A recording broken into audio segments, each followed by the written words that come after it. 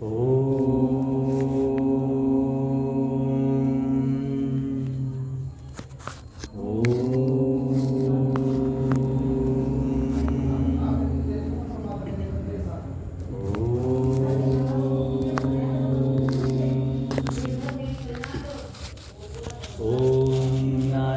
नमस्कृत्य नरं चैव नरोत्तमं देवीं सरस्वतीं व्यासं ततो जयमुदीरये। ॐ नमो भगवते वासुदेवाय। ॐ नमः पितामहाय। ॐ नमः प्रजापतिभ्ये। ॐ नमः विघ्ननिवारणाय। ॐ नमः सर्वविघ्नविनायकेभ्ये। ॐ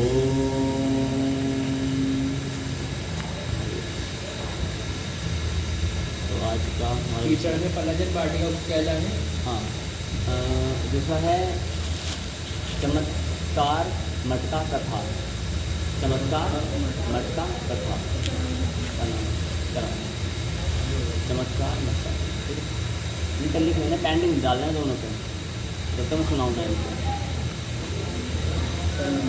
आज वो नहीं घर साधु में नहीं, इसलिए नहीं आ रही थी आज। अच्छा। दोनों नहीं है, दोनों ही नहीं है। अच्छा, वो वहाँ चले गए।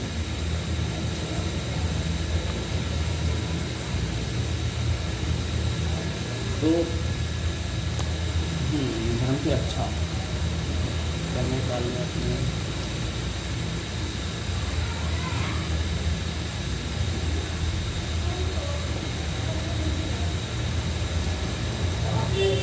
अच्छा, हम आज कल हमारा एक विषय था स्त्री से संबंधित, वेशभूषा संबंधित, है ना।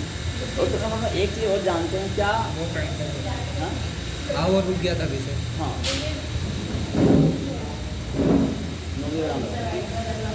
तो मुझे बताएंगे कि क्या स्त्री पुरुष समान है या कुछ उसमें असमानता है।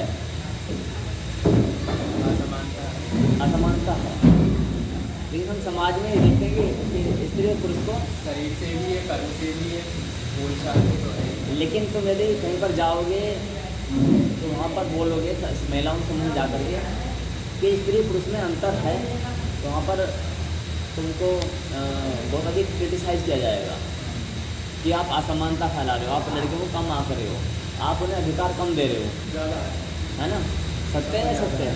तो वैसे आपका क्या मानना है। चलो, आपका हो गया अंतर है, बाकी आपको क्या मानना है। स्त्री पुरुष में अंतर है, समान है, अंतर है। तो क्या अंतर है, क्या स्त्री और पुरुषों को समान अधिकार देने चाहिए समाज में या नहीं। अब इस पर आ जाओ, हैं, देने चाहिए। इधर क्या कहना चाहते हो। देने चाहिए। आप क्या कहना चाहते हो बच्चों। देने चाहिए। इधर समान अधिकार देने चाहिए। समान स्त्री और जो अधिकार लड़कों के वही सेम लड़के एज इट इज। गड़बड़ हो जाएगी। अब मैं समान अधिकार एज इट इज होता है, तो आप उसके हिसाब से तो फिर स्त्री का सम्मान पहले किया जाता है।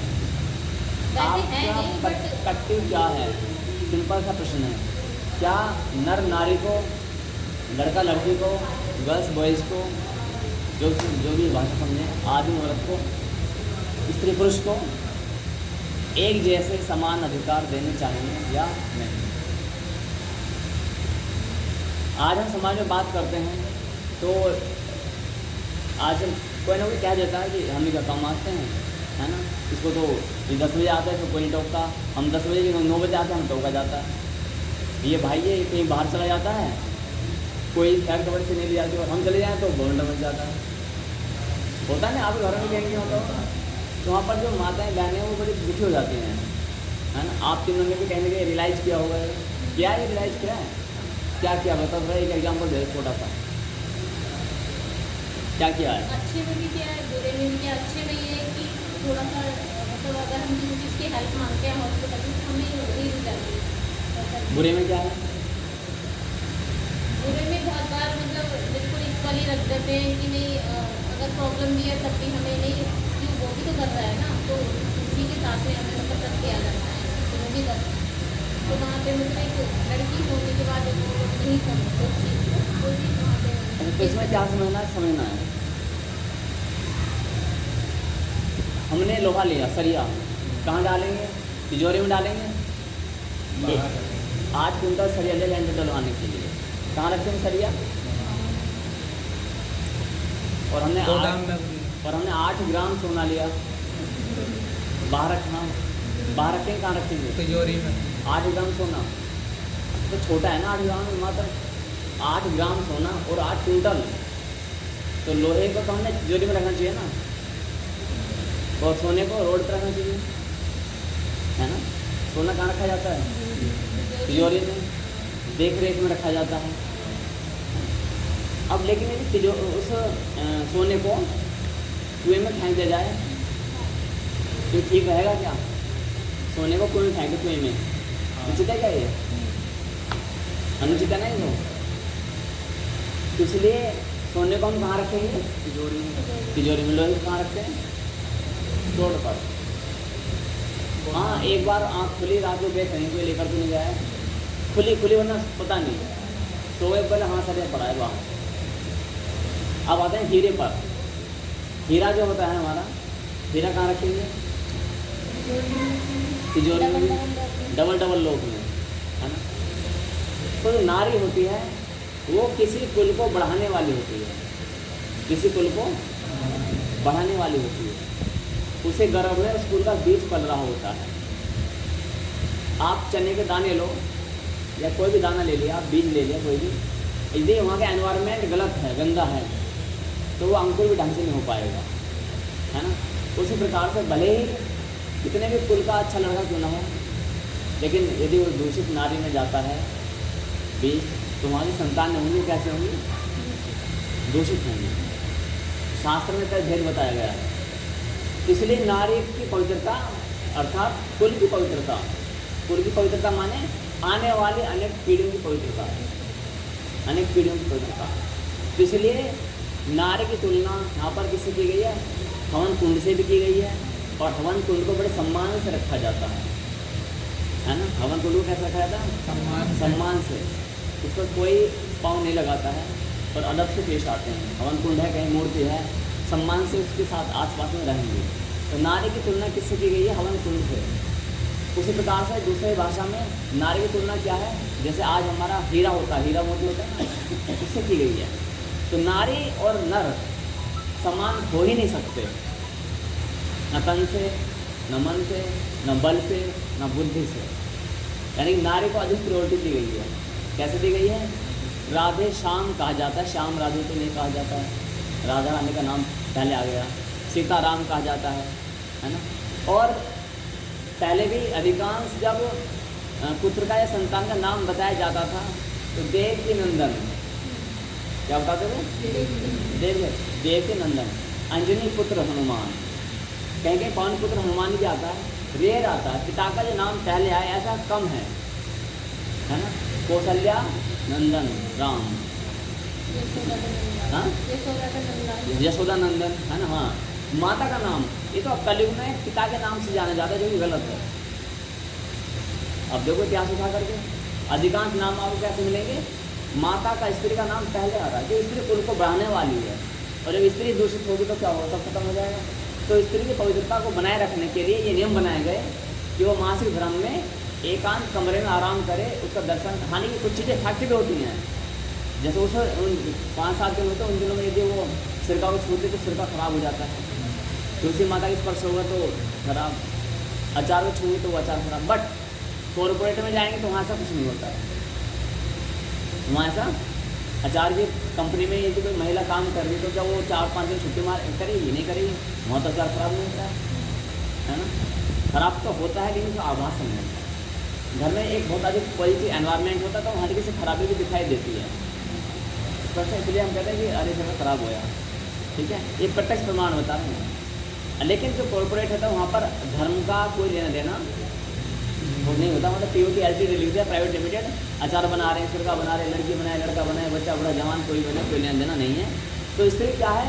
वो हमारा रत्न है। और पुरुष क्या है? Like iron. क्या है? आयरन, लोहा। लोहा कहाँ पड़ा रहता है? बहुत, वो वहीं ठीक है, रोड पे कैसा भी रहे, कोई दिक्कत नहीं है। कभी ये मत बोलना कि लड़के लड़के के अधिकार समान होने चाहिए, नहीं। ये समान आओगे तो बहुत सारी चीज़ हो जाएंगी, विडम्बना हो जाएगी, ऐसे भी तुम उत्तर नहीं दे पाओगे। फिर भी आप में से कोई है नहीं काउंटर अटैक करने वाला, वरना मैं उत्तर दे देता। फिर भी यदि आप समाज के लिए सीखना चाहते हो तो काउंटर अटैक करो, तो आपको आंसर देना चालू कर दूँगा अभी से ही।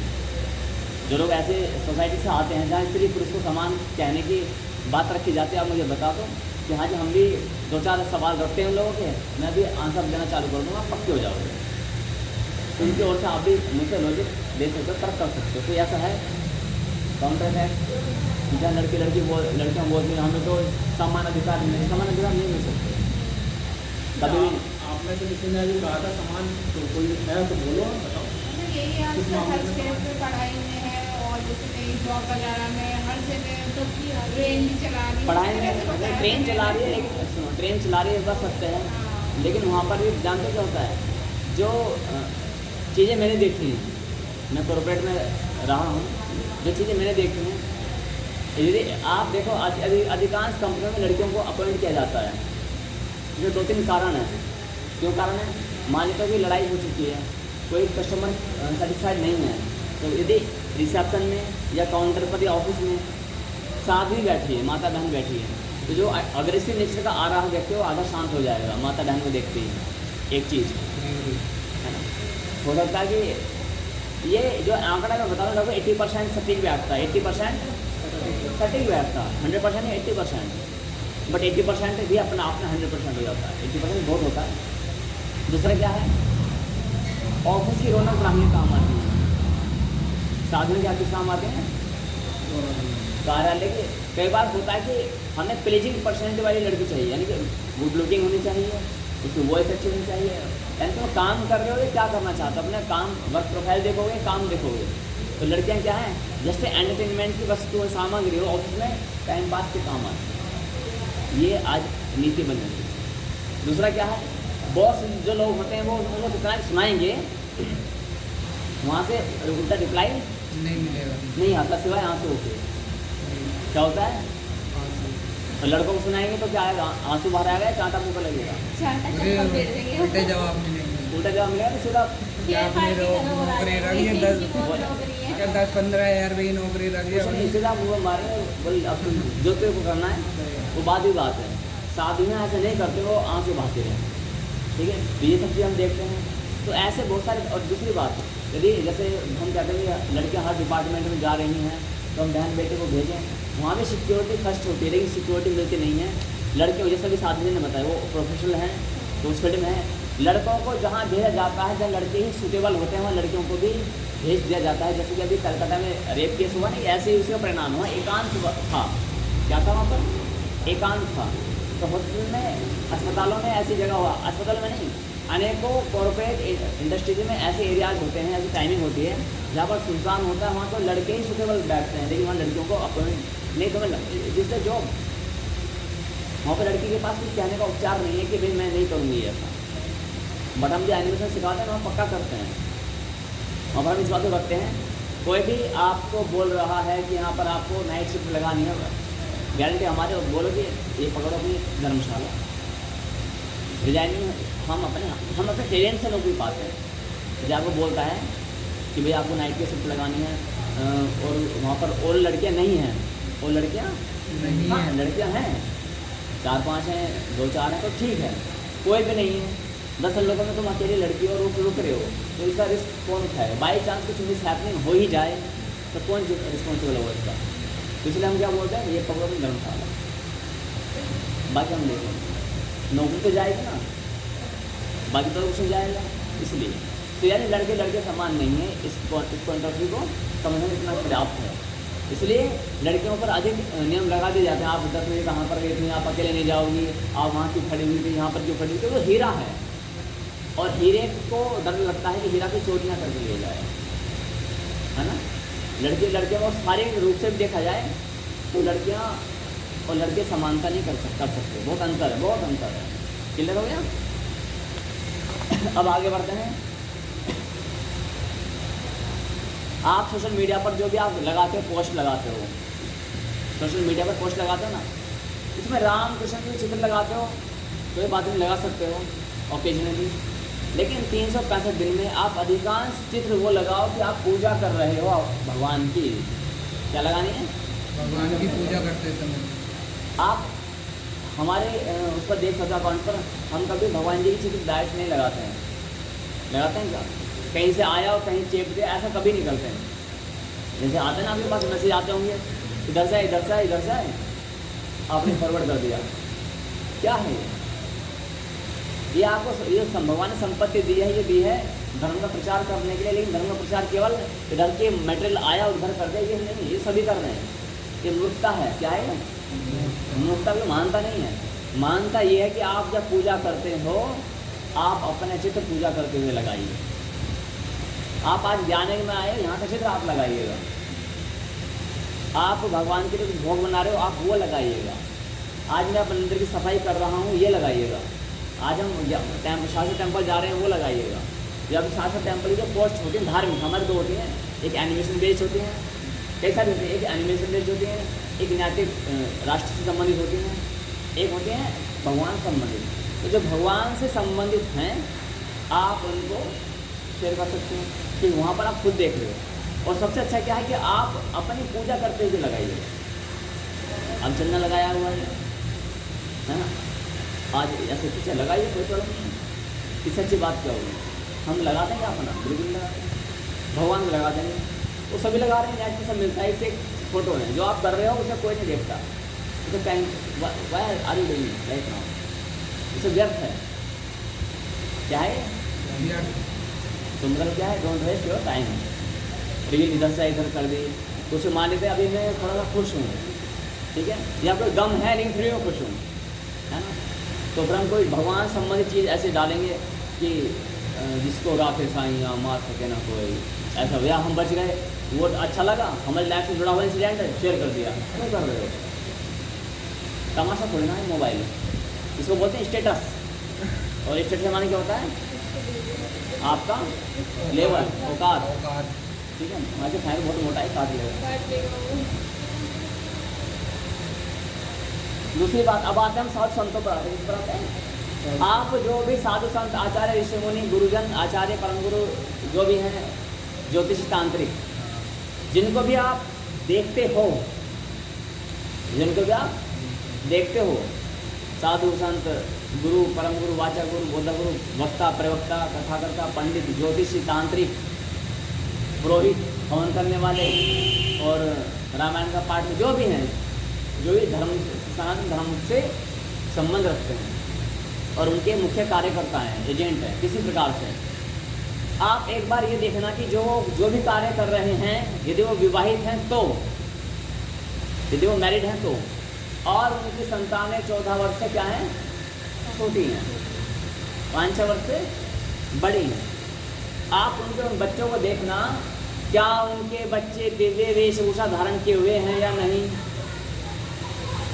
मान लेते हैं हम सनातन धर्म के रक्षक या कुछ प्रवक्ता बन के घूम रहे हैं समाज में, और मेरे बालक हैं 5-6 वर्ष से बड़े हैं, 14 वर्ष से छोटे हैं, क्लियर है, और किसी भी प्रकार से वो मेरे पास रहते हैं।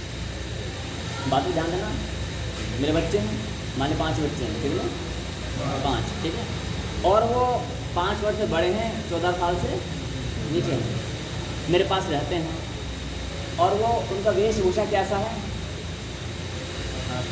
क्रिश्चियनिटी का है, ईसाइयों वाला है। पैंट शर्ट पहनते हैं और जीन्स टी शर्ट पहनते हैं, कच्चा बनियान पहनते हैं, इस प्रकार के कपड़े हैं, और मैं धर्म का प्रचार कर रहा हूँ। तो क्या ये अवधारणा ठीक है? क्योंकि संतानों को, 14 वर्ष से छोटे बच्चों को अधिकार है माता पिता के डंडे के बल पर भी वो कंट्रोल कर सकते हैं, लेकिन वो नहीं करते हैं, बल्कि समाज में धर्म का प्रचार कर रहे हैं। जो अपने 14 साल से छोटे बच्चों को भी राम नाम पर धार्मिक वेशभूषा भी नहीं पहना सकता, वो भला क्या धर्म की रक्षा या प्रचार या उसका कुछ प्रवक्ता बनेगा? ये केवल क्या है? पेट का एक साधन मात्र बना रखा है। बहुत ध्यान से सुनना, पेट का एक साधन मात्र बना रखा है। इसलिए आपके जो भी साधु संत, महात्मा, ऋषि मुनि, गुरु, परम गुरु, वाचक, कथावाचक, पंडित, ज्योतिषी, तांत्रिक, कथावक्ता, भविष्यवक्ता जो भी हैं, आप उनको एक बार क्रॉस चेक कीजिएगा, आज भी कीजिएगा, कि देखना उनके 14 साल से जो छोटे बच्चे हैं, बड़े हो गए हैं तो इतिहास में जाओ, पास्ट में जाना है। बड़े हो गए हैं तो कहाँ जाना है? पास्ट में जाओ। कि जब इनके बच्चे 14 साल के थे, अंडर 14 थे और ओवर 5 ईयर्स से बड़े थे, तो क्या उनकी वेशभूषा सनातनी थी? आप पाओगे नहीं। आप फिर कैसे कह सकते हो साधु जी हैं, महात्मा जी क्या है? माना कि बड़ा हो गया, आप नहीं मानता कि शास्त्र में लिखा है 14 साल से बड़े बच्चों पर अधिकार नहीं है डंडे का।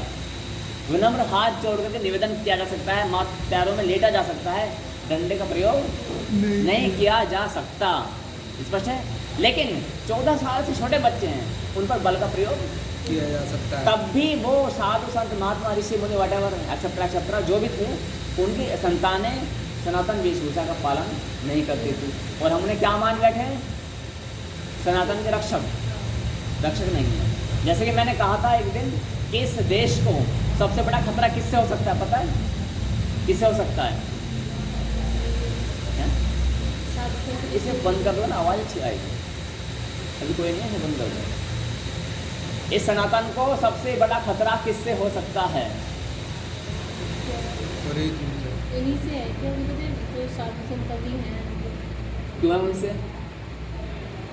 क्योंकि प्रॉपर गाइड नहीं, मतलब प्रॉपर नहीं, गाइड से नहीं चेक कर रहे हैं, कथाई नहीं। कुछ ऐसा। इस देश को सबसे बड़ा खतरा किससे है? सबसे बड़ा भयंकर खतरा बताओ। आपने उस दिन अपनी तरफ हाथ उस दिन बताया। हाँ है, तो उससे पीछे लॉजिक मैंने दिया था। इस देश को सबसे बड़ा खतरा किससे जानते हो? आजकल की युवा पीढ़ी से, आर्मी से, सेना से। बताओ क्यों? इस देश को सबसे बड़ा खतरा किससे है? सेना से, है ना? थल सेना, वायु सेना, जल सेना। इससे बड़ा खतरा इस देश को किसी से भी नहीं हो सकता। क्या मैं ठीक हूँ? हाँ हाँ, तो यदि वो डिफेंस पे खड़े हो, जैसे मान लेते हैं कि आप और आप इनके रक्षक हैं, बॉडी गार्ड हैं, आपके पास राइफल है, मशीन गन है। अब बताओ इनको सबसे बड़ा खतरा किससे है? क्यों है बताओ? पता नहीं दिमाग की कब हट गई, मुझे ही मार दिया तो। इनसे जो रक्षक हैं वही भक्षक हैं।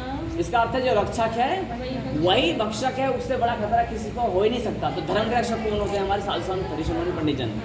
तो सबसे बड़ा खतरा भी किसी से होता है? इन्हीं से होता है। ये उल्टा ज्ञान देंगे तब होगा।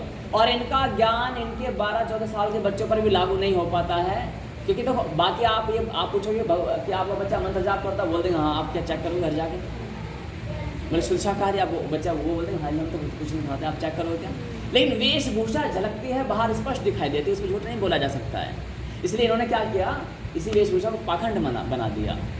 क्या है पाखंड? दिखावा नहीं है, यही प्रमाणिकता है। तो ये ऐसे साधु संतों का सम्मान भी नहीं करना चाहिए। किनका? ऐसे साधु ये सम्मान तो कुत्ते का भी करो, बिल्ली का भी करो, सम्मान सबको लेकिन उनका तन मन धन से, मन वचन कर्म से सेवा सहयोग नहीं होना चाहिए। कुछ नहीं, सम्मान तो कुत्ते का भी किया जाता है ना? अपमान उसका भी नहीं करते हैं, लेकिन तन मन धन, मन वचन कर्म, विद्या बल बुद्धि से उनका सहयोग सेवा नहीं करनी। ये मैंने उस दिन बताया था कि जब हम तन मन धन से, मन वचन कर्म से, बल बुद्धि विद्या से जो भी हम सेवा करते हैं, जो भी हम कुछ करते हैं, अपने परम गुरु के अतिरिक्त कहीं भी नहीं करते, क्योंकि उनकी हमने जांच परीक्षा की होती है, हमें मालूम है कि ये चीज़ कहाँ जा रही है। ठीक है, उसी प्रकार से हमें ये समझना है कि यहाँ पर जो बात बताई जाती है, अंतिम प्रश्न में क्या लिखा हुआ है कि साधु संतों के जो संतानें हैं वो क्यों विद्यालयों में जाते हैं। दूसरी बात, वो स्कूल में क्यों जाते हैं? वेशभूषा मैंने बताया। साधु संत जो हैं, हम बोलते हैं गुरुकुल हमारे टूट गए, ठीक है टूट गए, लेकिन आपकी संतानें क्यों विद्यालयों में जा रही हैं, मॉडर्न स्कूलों में जा रही हैं? आपने क्यों कोई उपाय नहीं निकाला? अभी बनाए तो हैं, लेकिन समस्या क्या है कि आजकल जो अधिकांश गुरुकुल हैं, मतलब जो 50-60 साल पुराने जो गुरुकुल है ना, उसमें एक नियम है कि 5वीं क्लास का बच्चा चाहिए गुरुकुलों में। अभी हमने अपने पुत्र को करवाया था, तो जब दूसरी क्लास में थी तब हमने पता किया तो हमें कोई अच्छा गुरुकुल नहीं मिला। तो फ़ोन करके पूछते थे हम कि बच्चों को गुरुकुल, तो ये बोलते थे कि ये बच्चा इतना बड़ा होना चाहिए वो अपना संभाल सके। लेकिन आप देखो प्ले स्कूल चल पड़े हैं, है ना? इंग्लिश के अकॉर्डिंग देखा जाए प्ले स्कूल, गुरुकुल प्रणाली क्या है? 5वीं क्लास का बच्चा चाहिए। अब कहीं कहीं वो होने लगा है, उनको देखते हुए मैकाले शिक्षा वाले स्कूल जो है वो प्ले स्कूल, 1 साल का बच्चा वो स्कूल में जाता है, पता है ये हो गया। और हमारे गुरुकुल क्या है, वही 5वीं क्लास का मतलब होगा कम से कम भी 10-11 साल का बच्चा चाहिए। ठीक है, अभी हमारा पुत्र है, हम उसके लिए पता करते हैं तो कुछ लोग पूछते हैं भी आपका बेटा कहाँ पढ़ रहा है? बहन जी हमारी गाजियाबाद में, वहाँ पर इन स्कूल में पढ़ता है पहली क्लास में। लेकिन पहली क्लास के लिए कोई गुरुकुल है ही नहीं। और जो हैं जो वो नए नए गुरुकुल हैं, जो 5 साल पुराने, 8 साल पुराने, 10 साल पुराने, जिसकी पढ़ाई वो कैसे, जैसा आपने और हमने मिलकर खोल दिया, वो एक्सपेरिमेंट कर रहे हैं। क्या कर रहे हैं? एक्सपेरिमेंट कर रहे हैं कि हम गुरुकुल खोलेंगे।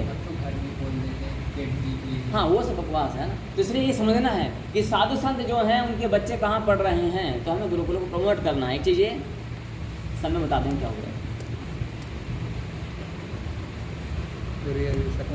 8 ठीक है। तो ये तो हमारा ऑलमोस्ट हो चुका है ना।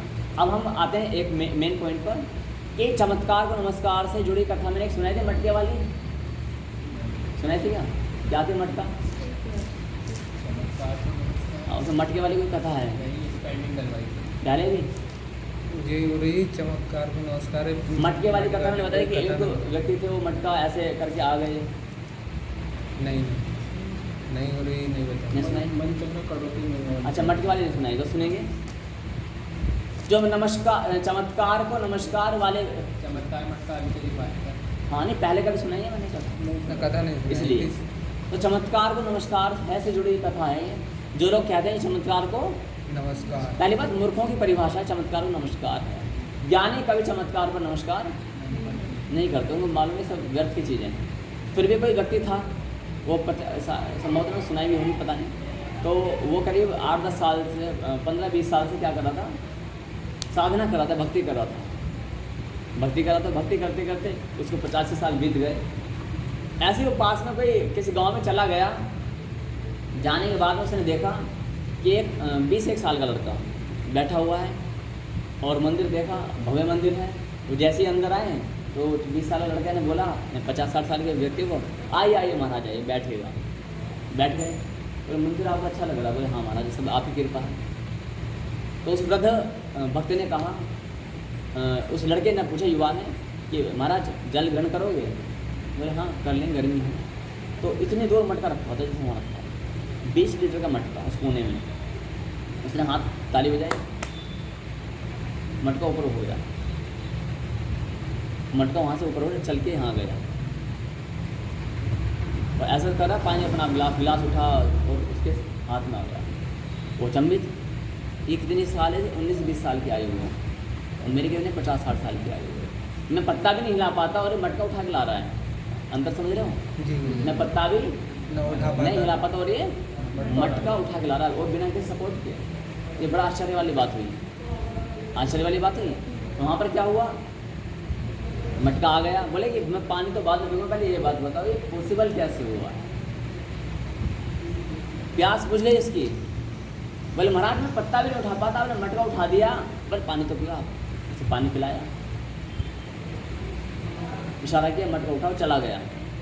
उपरा सम्मित की, भाई पाँव पकड़ लिए से तुरंत, भाई महाराज ये बताओ ये कैसे संभव हुआ? आपकी तो उम्र भी इतनी नहीं है, कैसे सिद्धि करी? बोले कुछ नहीं, 2-3 साल की सिद्धि होती है, ये तो हमारे गुरु जी करवा देते हैं, आप कर लेंगे 2-3 साल में। बोले हाँ। बोले मैं 60 साल से भक्ति कर रहा हूँ, मेरे को ऐसा कुछ नहीं हुआ। और अब मैं पत्ता भी नहीं हिला पाता और चमत्कार में आपने क्या हिला दिया? मटका 20 लीटर का मटका भरा हुआ और वापस आया, फिर चला गया, सारा सिस्टम अपना आप हुआ। बोले महाराज ये बताओ कैसे संभव होगा? तो बोले बस मेरे गुरु से मिलने ना। अब गुरु से मिलने तुरंत तत्क्षण बोले चाहे जो भी कीमत मुझे चुकानी पड़े, मैं सारी कीमत चुकाने के लिए तैयार हूँ, लेकिन पहले अपने गुरु से मिलने की बात। ये चमत्कार और नमस्कार वाली कथा आ रही है, ठीक है। वो मिलने चले गए, रात हुई थी समय। बोले हाँ महाराज, गुरु भी ज़्यादा वृद्ध नहीं थे, 40 साल के होंगे। बोले कि हाँ महाराज। बोले महाराज बस मेरा उद्धार करो। बोले क्या करना है? बोले ये विद्या है, ये मुझे सिखा दो। बोले क्या? बोले मटके वाली, बस ये सिखा दें, 3 साल की साधना कर लो। कितने साल की? 3 साल। तो 3 साल में सीधा हुआ? बोले हमारा सच बताओ। पाँव पकड़ ली। बोले चिंता मत करो, तुम्हें लगन हुई, तुम 1.5 साल में सीख जाओ। बोले महाराज मैं 50 साल से 10 साल का समय लग गया था, 60 साल मेरी आयु है, 50 साल से मैं भक्ति करता आ रहा हूँ, मैं पत्ता तक नहीं हिला पाता। करनी पड़ा ना मट्टी का, वो भी नहीं हिलता मुझसे। बोले मटका हिला दो, मैं चंबित हूँ। बोले क्या करना पड़ेगा? बोले कुछ नहीं, दीक्षा संस्कार लेना है, वो साधना चालू करनी है, वो कुछ नियम अपनाने हैं, 3 साल बाद परिणाम देख लेना। बोले ठीक है। बोले दीक्षा संस्कार कब हो? बोले कल हो जाएगा। कल शुभ दिन है, दीक्षा संस्कार हो गया। होने के बाद में जैसे वो बैठा साधना में, तो साधना बढ़ने लगी धीरे धीरे, लेकिन जब साधना बनी तो समस्या आने लगी। उसने अब नए वाले गुरु को बताया, बोलिए ऐसा हो रहा, बोले तुम्हारा दीक्षा संस्कार पहले कहीं हो चुका होगा। बोले हाँ हुआ। तो एक काम करो, उस दीक्षा को त्याग दो, वो दीक्षा तुम्हारे इन कर्म में आगे आ रही है, अड़चन डाल रही है। बोले अच्छा, बोले क्या करना पड़ेगा? बोले गुरु के पास जाओ, गुरु से बोले अपना हाथ हटा लो, अपना हाथ हटा दो, कृपा का हटा लो। बोले उससे कृपा का हाथ, उससे कृपा करी नहीं आज तक, क्या कृपा करी है? पत्ता तो हिला नहीं पाता, तो कृपा क्या करी है? भाई पत्ता हिलाने की क्षमता तो है नहीं, तो कृपा क्या हाथ करी है? ये बंटा हिला रहा, सारी कृपा तो इस पर हो रही है, मुझे कुछ कोई कृपा नहीं हो रही, उस पर क्या कृपा है? बोले तुम फिर उसे बोल देना। बोले ठीक है, पता करूँगा। गए बूढ़े व्यक्ति 90 साल के, हाँ ठीक है, जो वृद्धजन थे ना, वो वृद्ध थे 60 साल के, तो 30 साल के बड़े थे, उनको 90 साल की आयु थी उनकी। कितने साल के? 90 साल की। आईब्रो सारी वाइट हो रखी है, बाल सब सफ़ेद, 90 साल में सब हो जाता है, कमर थोड़ी झुकी हुई है। बट हम आओ बेटा, आओ बेटा, आओ। बोले गुरु जी ये बेटा छोड़ो, ये आपने ये नाटक कर रखा है मेरे पास, ये कृपा का अपने हाथ हटाओ। बोले कौन सी कृपा का हाथ बेटा?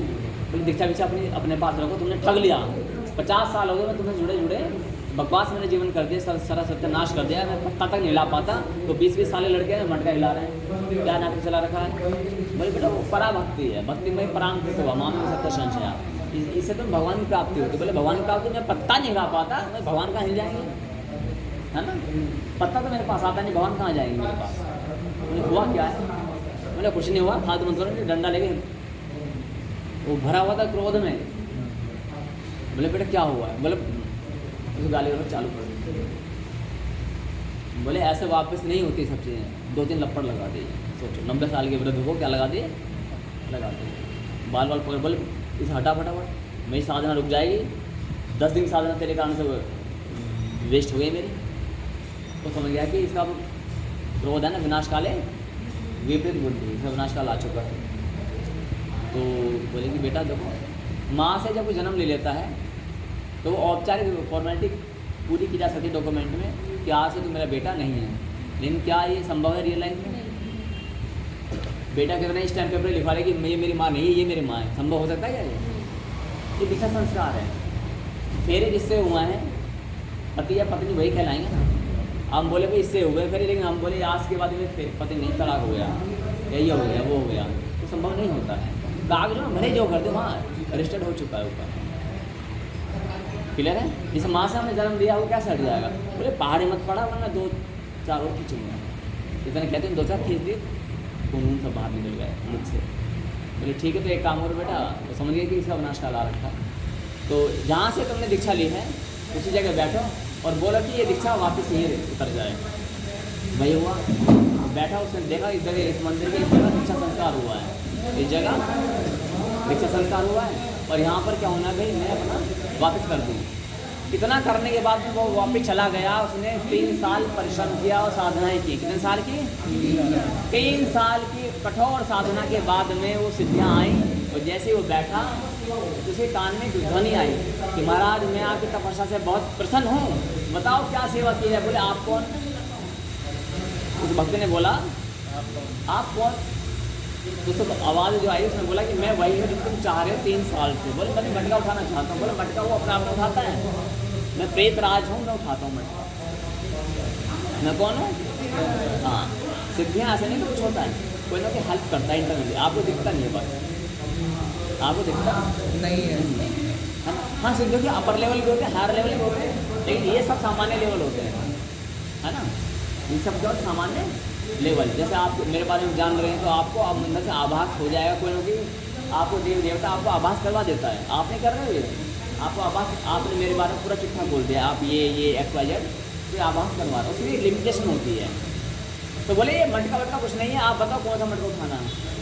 बोले आप उठाते हो मटका? बोले हाँ, नहीं उठाता हूँ, उनकी मटके में उठाता हूँ। बोले एक टाइम में 10-10 मटके उठा दोगे? एक सिंगापुर, एक मलेशिया, एक दिल्ली, एक बेंगलोर। हाँ, बोले ये संभव है, मैं अन्य ग्रुपों में चला जाता हूँ, सब मैं कर लेता हूँ, आप चिंता मत करो, आप ये बताओ कौन सा मटका उठाना है? बोले मेरे सामने तो आओ, कौन हो, कहाँ पर? बोले मैं आपके सामने नहीं आ सकता। बोले क्यों? बोले आपने जो 50 वर्ष तक साधना की है, भक्ति की है, उसकी तेज, उसका तपस्या का प्रभाव इतना है कि जब मैं आपके सामने आ गया तो मैं भस्म हो जाऊंगा और मैं मरना चाहता। नहीं चाहता। बोले व्हाट डू यू मीन? बोले मीनिंग इज दैट कि आपकी साधना का तेज बहुत प्रचंड है और मैं इतना प्रभावशाली नहीं हूँ कि मैं तुम्हारी तपस्या का झटका। बोले मैं तो वो तो मैं त्याग चुका हूँ, अपने गुरु को मैं अपमानित करके पिटाई करके आया हूँ। बोले तब भी आपको दोष तो लगा है, लेकिन जो पुण्य बचा है वो बचा कुचा पुण्य भी इतना प्रबल है, इतना महान है, उसके सामने में मैं एक क्षण नहीं टिक सकता। मैं यहाँ से कम भी 1 कोस दूर हूँ। 1 कोस में कितने किलोमीटर होते हैं? नहीं, 1 कोस में 7 किलोमीटर, 7 मेरे ख्याल से। हाँ, जो भी होता है बोले 1 कोस दूर हूँ। कितना? 1 कोस दूर हूँ। बोले 1 कोस दूर हो, सामने नहीं आ सकते? बोले नहीं आ सकता। मैं थोड़ा सा सामने आओ, मैं तो देखना चाहता हूँ। बोले मैं अभी भी तुम्हारे पीछे खड़ा हूँ। बोले 1 कोस यानी मोटा मोटा 7-8 किलोमीटर दूर हूँ, वहीं से मैं बोल रहा हूँ। बोले तो पास तो आ जाओ। बोले पास आते में गर्मी लगती है, मैं जलने लगता हूँ। बोले क्यों? आपने जो तपस्या किया ना 50 साल की, वो तो प्रचंड है। वो अचंभित हो गया। अच्छा आप बताओ किसकी तपस्या प्रभावशाली है, नई वाली है पुरानी वाली?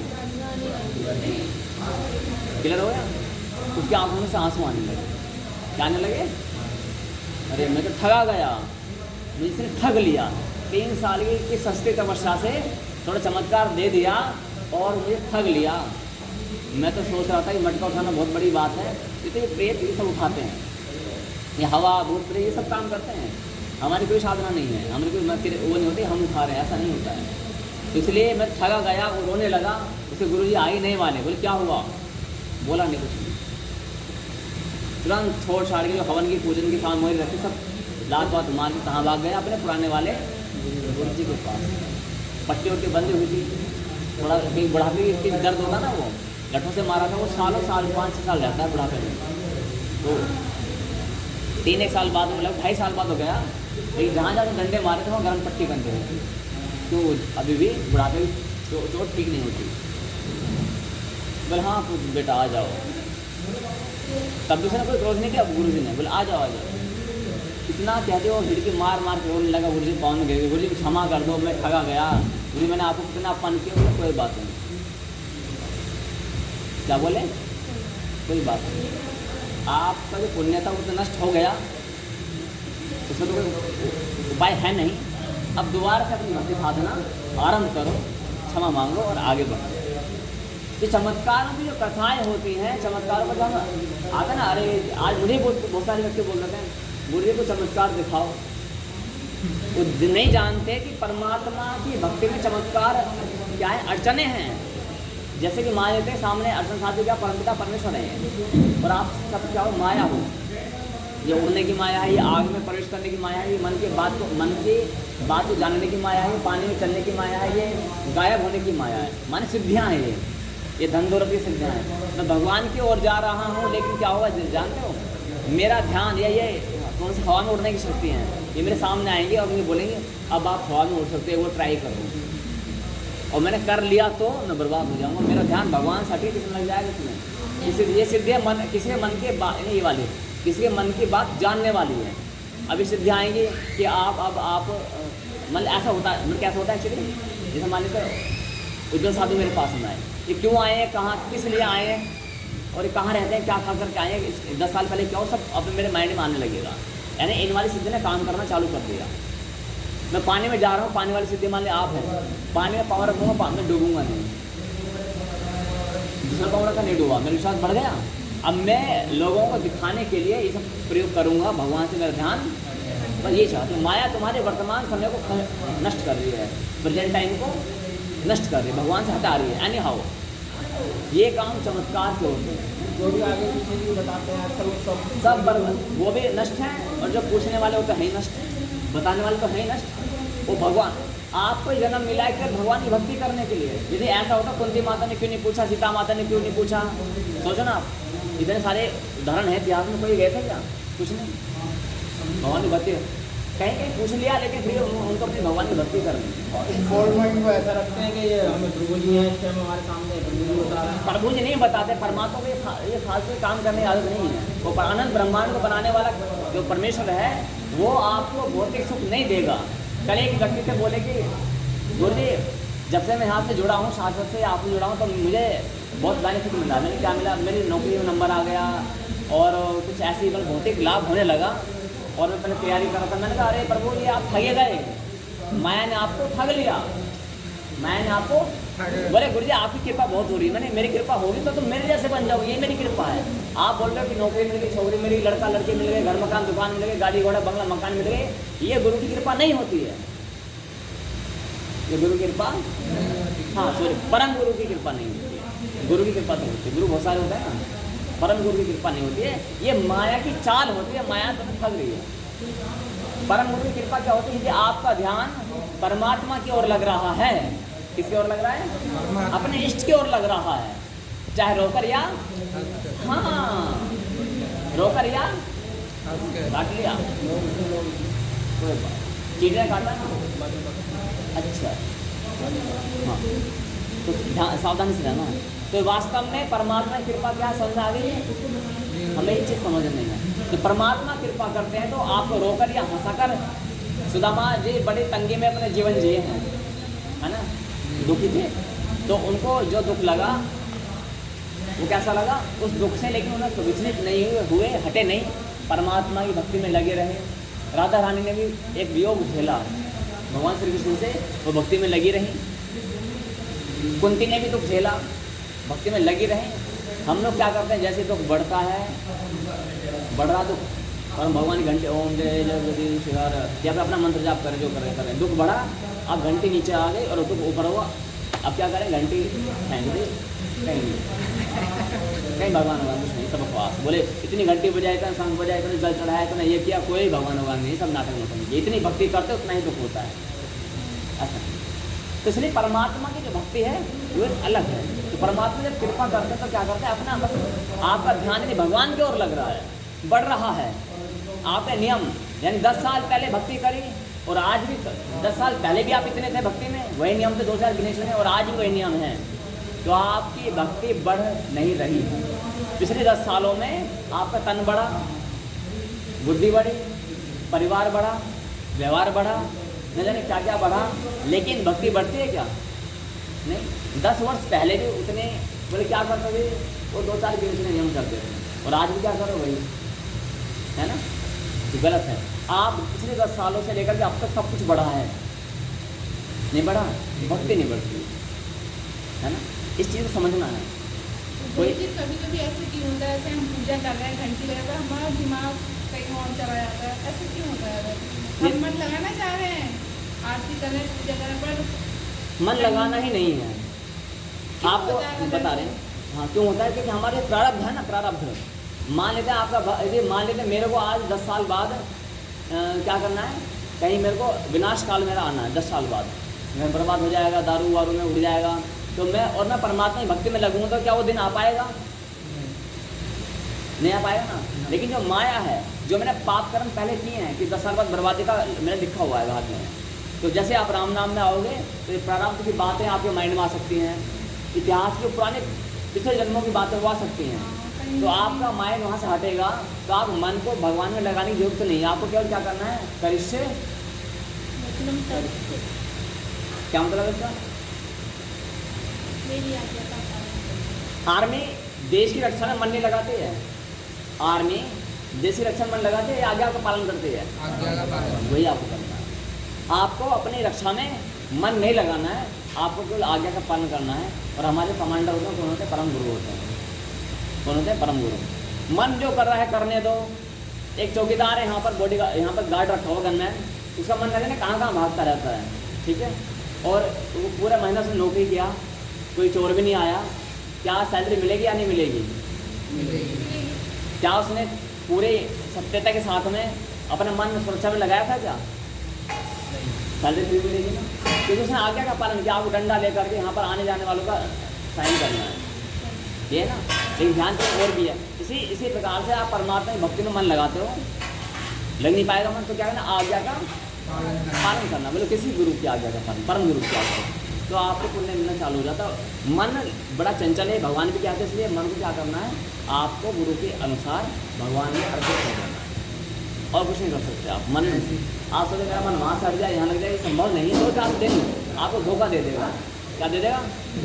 धोखा देगा। आप सोचो अरे वाह वाह वाह, फिर मन चाल आते होते हैं। स्पष्ट है? कुछ शंका?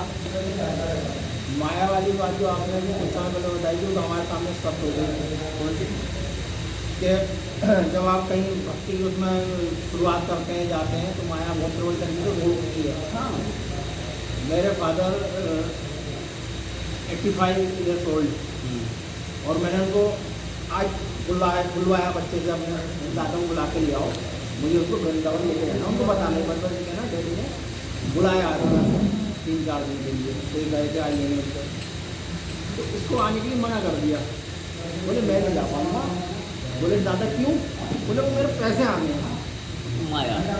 तो मैंने फिर उनको समझाया फ़ोन पर, इसलिए मेरी बात कराई कि दादा आने मना कर रहा है। मैंने बेटा मेरी बात करा, मैंने आप पापा कितने पैसे आने हैं? वो उसी टाइम आ रहा था। उसी टाइम ऐसे रहता है। आपने जाने में आओगे तो 10 लाख रुपये को लेके भागा था 10 साल पहले, वो उसी समय फ़ोन करेगा, अरे 10 लाख रुपये ले लो अपने। तो गुरुजी मैंने उनसे बात करी, समझाया, मैंने पापा कितने पैसे हैं? बोले बेटा, और वो काम नहीं करते, सालों से काम नहीं करा होगा, उसी दौरान उनके पास काम कोई आ गया, कोई मिलने वाला ऐसा आ गया, उन्होंने लालच दिया, उन्होंने वो काम कर दिया। 1000 रुपये उनको लेने थे, तो 1000 रुपये लेने आना था मेरे पे, तो आ नहीं रहे थे। मैंने पापा छोड़ो 1000 रुपये को, वो मिल जाएंगे, आप चिंता मत करो, आप आ जाओ, मैं बुला रहा हूँ तो आ जाओ। तो वो लाली है, आ गए। जो बात आपने बताई, हाँ माया है, माया बड़ी प्रबल है। तो यहाँ कितने पर समय तो काम नहीं आया तो वही होता है, तो हमें बताते हैं एग्जाम्पल क्या क्या होने वाला होता है ना। तो एनी डाउट आज भी